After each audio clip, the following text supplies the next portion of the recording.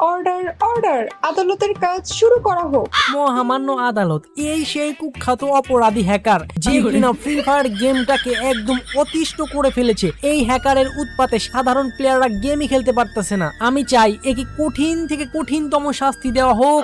আপনার কাছে কি সাক্ষ্য প্রমাণ আছে উনি যে হ্যাকার? মহামান্য আদালত, তার অপকর্মের শত শত হাজার হাজার প্রমাণ রয়েছে। আমি আদালতের সামনে পেশ করছি তার অপকর্মের ভিডিও ফুটেজ। খালি গান চুপ করে। ওই হ্যাকার এসে পড়ছে, আল্লাহ কিভাবে মারতেছে। মিস্টার হ্যাকার, আপনি কি কিছু বলতে চান?